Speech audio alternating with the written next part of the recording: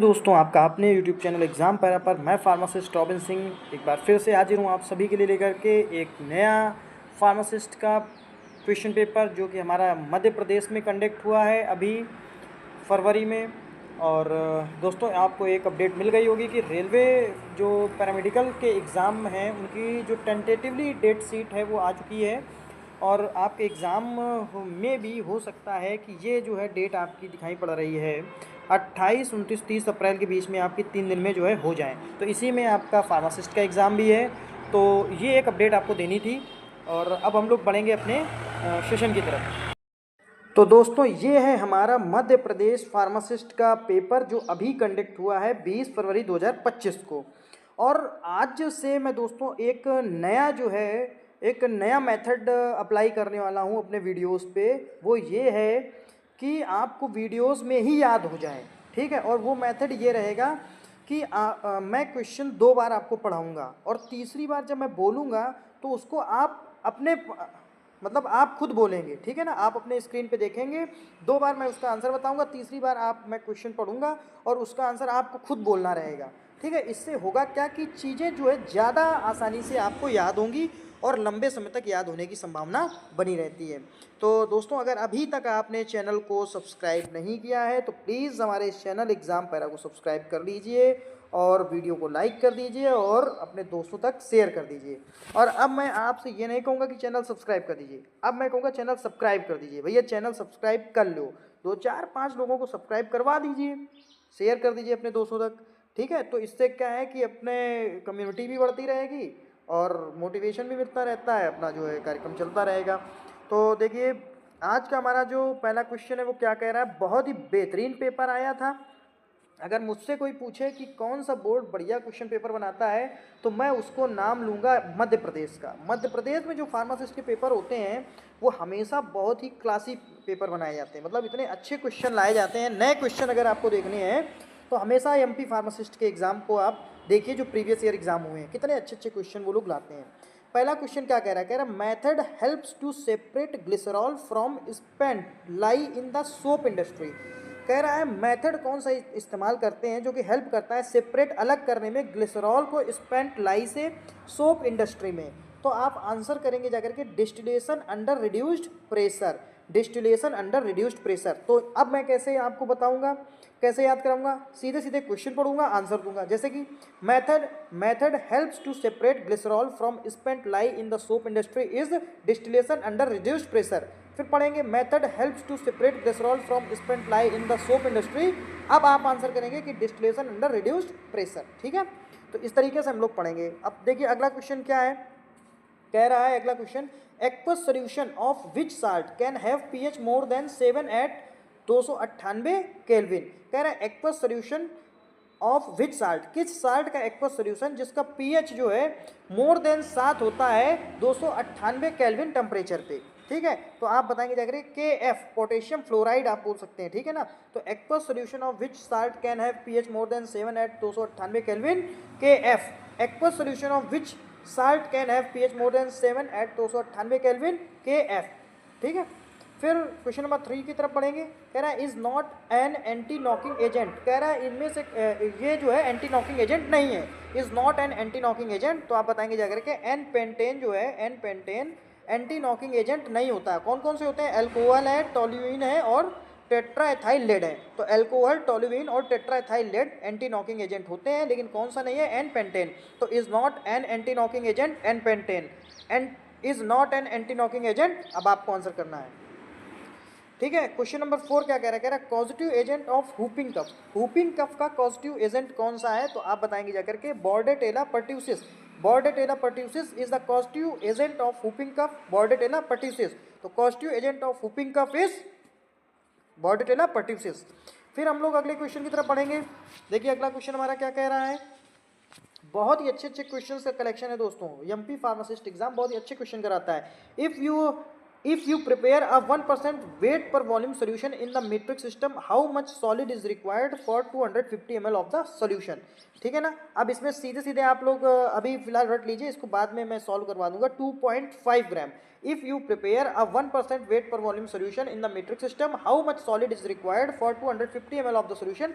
2.5 gram solid की requirement होगी जाकर के, 2.5 ग्राम सॉलिड की रिक्वायरमेंट होगी जाकर के 250 ml जो है अगर आपको सोल्यूशन बनाना है। ठीक है ना।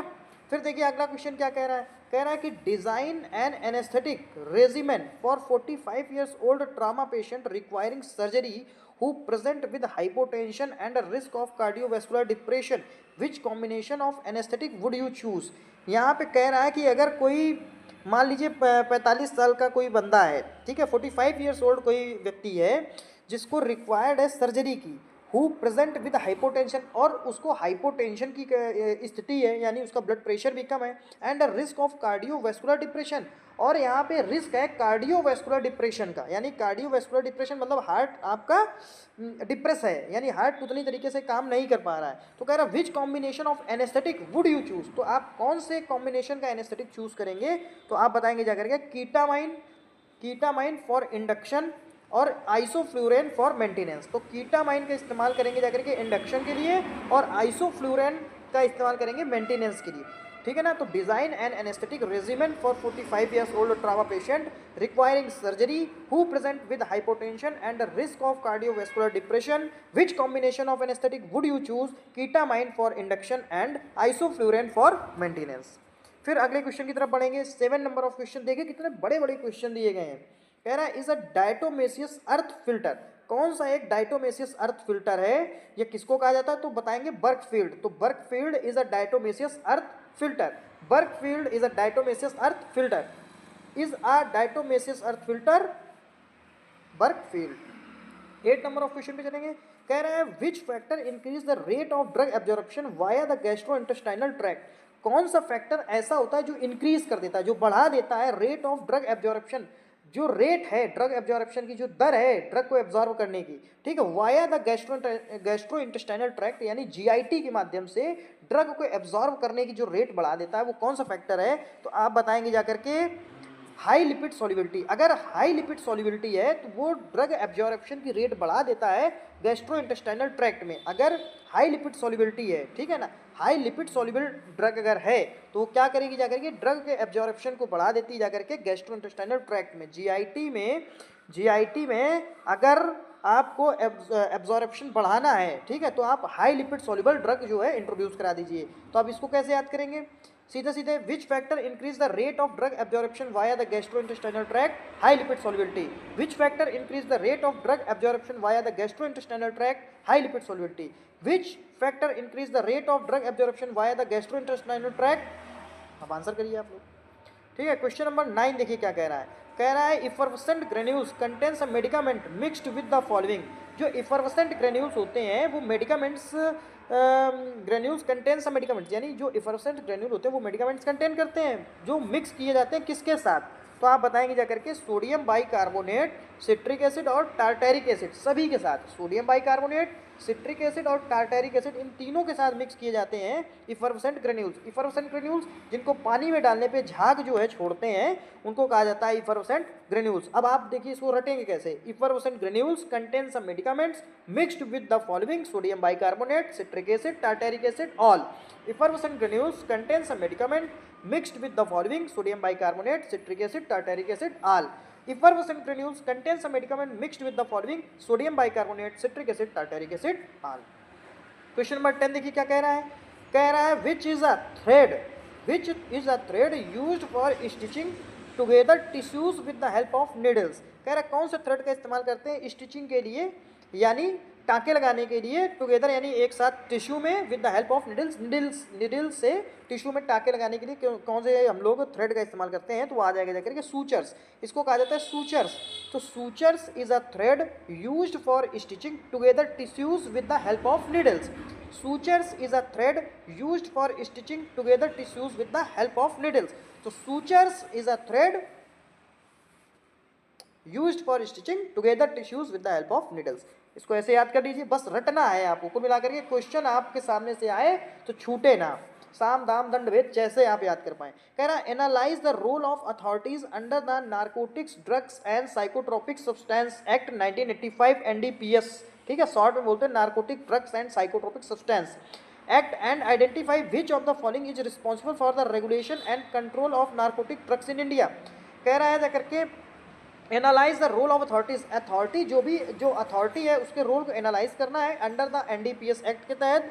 आइडेंटिफाई करना पड़ेगा जाकर विच of the following is responsible, कौन इसमें से रिस्पॉन्सिबल होता है for the regulation and control, यानी रेगुलेशन और कंट्रोल करने के लिए नार्कोटिक ड्रग्स को इन इंडिया, भारत में नार्कोटिक ड्रग्स को रेगुलेशन और कंट्रोल करने के लिए कौन रिस्पॉन्सिबल है, तो आप बताएंगे NCB होता है जाकर के नार्कोटिक कंट्रोल ब्यूरो।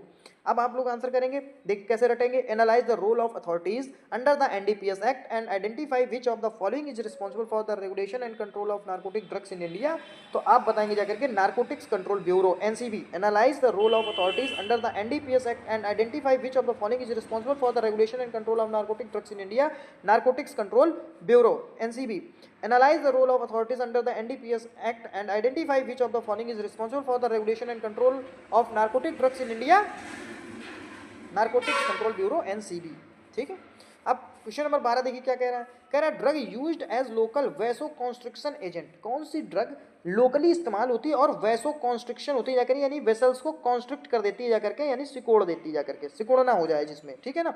तो drug used as a local vasoconstriction agent is, आप बताएंगे एड्रीनलिन। एड्रीनलिन हमारी जो ड्रग है वो वैसो कॉन्स्ट्रिक्शन की तरह इस्तेमाल होती है जाकर के, यानी वेसल्स को सिकोड़ देती है, श्रिंक कर देती है। तो इसको कैसे याद करेंगे, इसको याद करेंगे कि drug used as a local vasoconstriction agent is adrenaline, drug used as a local vasoconstriction agent is adrenaline. अब तीसरी बार में आप बोलेंगे drug used as a local vasoconstriction agent is adrenaline. Question number 13 देखिए क्या कह रहा है, कह रहा है chickenpox is caused by, chickenpox कैसे कॉज्ड होता है जाकर के, तो चिकन पॉक्स किससे हो जाता है, वायरस से, तो इसको याद कर लीजिए, chicken pox is caused by virus, chicken pox is caused by virus, chicken pox is caused by virus. Question number 14 देखिए क्या कह रहा है, कह रहा है is not metabolised in body, कौन मेटाबोलाइज्ड नहीं होता है बॉडी में, कौन मेटाबोलाइज्ड नहीं होता है, तो आप आंसर करेंगे आर्सेनिक। तो is not metabolised in body arsenic, is not metabolised in body arsenic, is not metabolised in body arsenic. या इस तरीके से याद कर सकते हैं कि arsenic is not metabolised in body, arsenic is not metabolised in body, arsenic is not metabolised in body. Question number 15 पे चलेंगे, देखिए क्या कह रहा है, कह रहा है बायो अवेलेबिलिटी इज मैक्सिमम इन, जो बायो अवेलेबिलिटी होती है वो कहाँ मैक्सिमम होती है, तो आप बताएंगे जाकर के आईवी इंजेक्शन, आईवी जब इंजेक्शन लगाते हैं तो बायो अवेलेबिलिटी यानी ड्रग हमारी 100% एब्जॉर्ब होती है जाकर के, तो bioavailability is maximum in IV injection, bioavailability is maximum in IV injection, bioavailability is maximum in IV injection, ठीक है। और ये फर्स्ट पास मेटाबॉलिज्म को भी अवॉइड करता है। अब देखिए क्वेश्चन नंबर 16 क्या कह रहा है, दोस्तों अगर आपको वीडियो अच्छा लग रहा हो तो प्लीज़ हमारे इस चैनल एग्जाम पैरा को सब्सक्राइब जरूर कर लो यार, 2-4 दोस्तों सब्सक्राइब करवा लो, इतना भी नहीं करवा पाओगे क्या तुम लोग, चलो, और वीडियो को लाइक कर लो, अपने दोस्तों तक जरूर शेयर करो, सब्सक्राइब जरूर करवाओ, ठीक है, अपनी फैमिली ग्रो करानी है।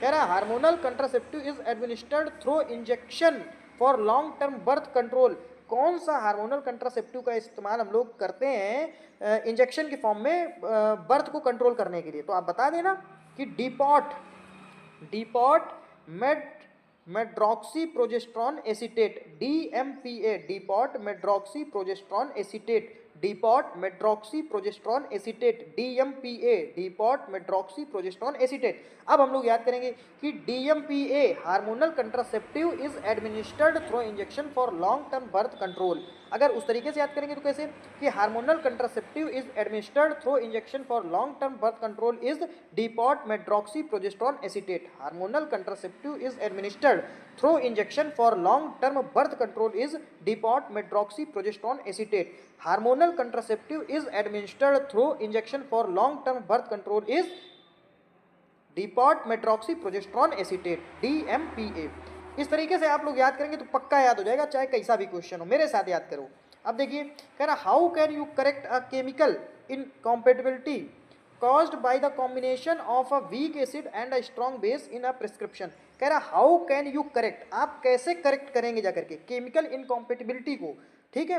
कॉज्ड बाई, जो कि कॉज होती है जाकर के किसकी वजह से, combination of a weak acid, जिसमें एक वीक एसिड हो और एक स्ट्रॉन्ग बेस हो, और इन दोनों की वजह से अगर कोई इनकॉम्पेटिबिलिटी हो जाती है, केमिकली इनकॉम्पेटिबिलिटी हो जाती है, तो इसको कैसे ट्रीट करेंगे, तो आप बताएंगे जाकर के use a buffer to stabilise the pH. भाई बफर का इस्तेमाल ही करते हैं हम लोग पीएच को मेंटेन करने के लिए, ना ज़्यादा एसिडिक हो ना ज़्यादा बेसिक हो। अब इसको याद करिए, how can you correct a chemical incompatibility caused by the combination of a weak acid and a strong base in a prescription? Use a buffer to stabilize the pH. How can you correct a chemical incompatibility caused by the combination of a weak acid and a strong base in a prescription? Use a buffer to stabilize the pH. How can you correct a chemical incompatibility caused by the combination of a weak acid and a strong base in a prescription? Use a buffer to stabilize the pH. अब 80 number of question पे चलेंगे, क्या कह रहा है, the flame test for barium gives, जो flame test होता है बेरियम वो क्या देता है जाकर के, तो the flame test for barium gives, आप बताएंगे yellow green colour to flame. तो अब यहाँ इसको कैसे याद करेंगे, the flame test for barium gives yellow green colour to flame, the flame test for barium gives yellow green colour to flame, the flame test for barium gives yellow green colour to flame. Very good, बहुत अच्छा आप लोग पढ़ रहे हैं। अब देखिए 19 number question क्या कह रहा है, कह रहा है the drug acting inside the cell, जो ड्रग एक्ट करती है इनसाइड द सेल, देखिए क्या है, anti malignants, the drug acting inside the cell, anti malignants, the drug acting inside the cells, anti malignants, the drug acting inside the cell, anti malignant. Anti malignant का मतलब होता है जाकर के जो एंटी कैंसरस होती हैं, कह रहे हैं जो ऐसी ड्रग्स जो एक्ट करती हैं जाकर के इनसाइड द सेल, सेल के अंदर जाकर के, तो वो किस तरीके की होती है, एंटी मैलिग्नेंट ड्रग होती हैं जाकर के, ठीक है। अब 20वें नंबर ऑफ क्वेश्चन पे चलेंगे जाकर के, देखिए क्या कह रहा है 20 नंबर ऑफ क्वेश्चन, कह रहा है in cardiovascular disease the most commonly used class of drugs for reducing blood cholesterol level is, कह रहा है जब भी इन कार्डियोवैस्कुलर डिसीज यानी हृदय की जब बीमारियां होती हैं, तो जो सबसे ज़्यादा कॉमनली यूज्ड क्लास, किस क्लास की ड्रग हम लोग जो ज़्यादा इस्तेमाल करते हैं for reducing blood cholesterol level, यानी ब्लड में कोलेस्ट्रॉल के लेवल को रिड्यूस करने के लिए, ठीक है ना, कार्डियोवैस्कुलर डिजीज में किस तरीके की जो ज़्यादातर हम लोग इस्तेमाल करते हैं वो कौन सी मेडिसिन होती हैं, अभी देखिए इसमें क्या आंसर है, स्टैटिन्स कैटेगरी की मेडिसिन हम लोग ज़्यादा इस्तेमाल करते हैं, स्टैटिन्स, ठीक है ना।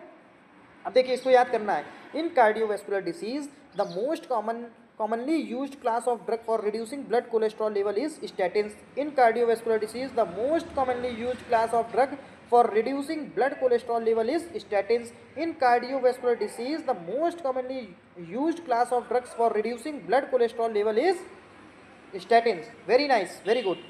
अब हम लोग पढ़ेंगे दोस्तों, अगर आपको ये वीडियो अच्छा लग रहा हो, पढ़ने का तरीका अच्छा लग रहा हो, पढ़ाने का तरीका अच्छा लग रहा हो, तो प्लीज़ हमारे इस चैनल एग्जाम पैरा को सब्सक्राइब कर लीजिए, वीडियो को लाइक कर लीजिए और अपने दोस्तों तक जरूर शेयर करिए। इस तरीके से याद करेंगे, लर्न करेंगे, तो आपको आधी चीज़ें तो वीडियो में ही लर्न हो जाएंगी और बची आधी चीज़ें जब आप नोट्स बनाएंगे, लिखेंगे, वहाँ से याद हो जाएंगी और गारंटीड है कि आप इनको कभी फिर दोबारा नहीं भूलेंगे।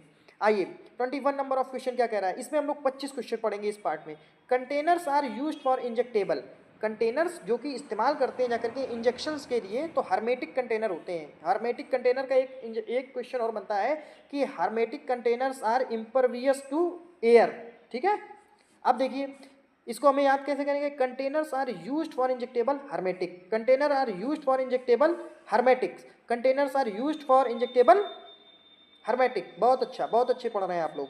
22 नंबर ऑफ क्वेश्चन देखिए, कह रहा 1 टेबल स्पून इज, यहाँ पे क्या होता है 1 टीस्पून, 1 डेजर्ट स्पून और 1 tablespoon. 1 teaspoon is 5 ml, 1 dessert spoon is 10 ml, 1 tablespoon is 15 ml। तो अब देखिए क्या है यहाँ पे, देखिए क्या कह रहा है, कह रहा है 1 tablespoon is 15 ml, 1 tablespoon is 15 ml, 1 tablespoon is 15 ml। Very nice, very good. अब देखिए क्या कह रहा है, कह रहा है enemata is administered through, enemata is administered, तो यहाँ पे एनीमा की बात हो रही है, यहाँ पे आप एनीमाटा का मतलब एनीमा समझिए, ठीक है। Enemata is administered through,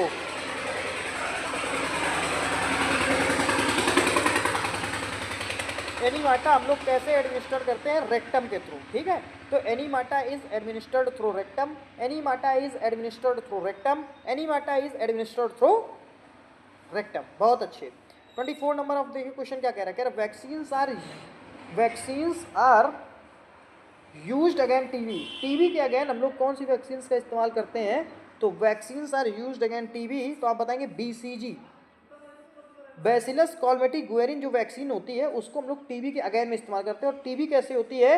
Mycobacterium tuberculosis से होता है जाकर के, बैक्टीरिया होता है जिससे होती है जाकर के टीबी। अब देखिए vaccines are used against TB, BCG, vaccines are used against TB, BCG, vaccines are used against TB, BCG. बहुत अच्छे, बहुत अच्छा पढ़ रहे हैं आप लोग। अब देखिए when was the IP committee constituted by Indian government? जो इंडियन फार्माकोपिया है इसके लिए जो कमेटी बनाई गई थी भारत सरकार के द्वारा, वो कब बनाई गई थी? When was the IP committee constituted by Indian government? तो आप बताएंगे जाकर के 1948 में। 1948 में इंडियन गवर्नमेंट ने कमेटी बनाई थी जाकर के आईपी की। तो the IP committee constituted by Indian government in 1948। The IP committee constituted by Indian government in 1948। The IP committee constituted by Indian government in 1948। ठीक है, कमेटी बनाई गई थी 1948 में, और पहली बार जो पीसीआई हमारी गठित हुई थी जाकर के वो 1949 में हुई थी जाकर के। ठीक है ना। तो इंडियन फार्माकोपिया के लिए जो आईपी के लिए कमेटी बनी थी वो कब बनी थी? 1948 में। तो दोस्तों ये थे हमारे आज के 25 क्वेश्चन। अगर आपको ये क्वेश्चन अच्छे लगे हो तो प्लीज़ हमारे इस चैनल एग्जाम पैरा को सब्सक्राइब करें, वीडियो को लाइक करें और अपने दोस्तों तक जरूर शेयर करें। हम आपके लिए इसी तरीके से अच्छे अच्छे क्वेश्चन का कलेक्शन, प्रीवियस ईयर पेपर, ये सारी चीज़ें लाते रहेंगे। करना आपको इतना है कि वीडियो को लाइक करना है और चैनल को सब्सक्राइब जरूर हो भाई, चैनल को जरूर सब्सक्राइब करो और अपने दोस्तों तक जरूर शेयर करो। Thanks for watching the video, thank you so much.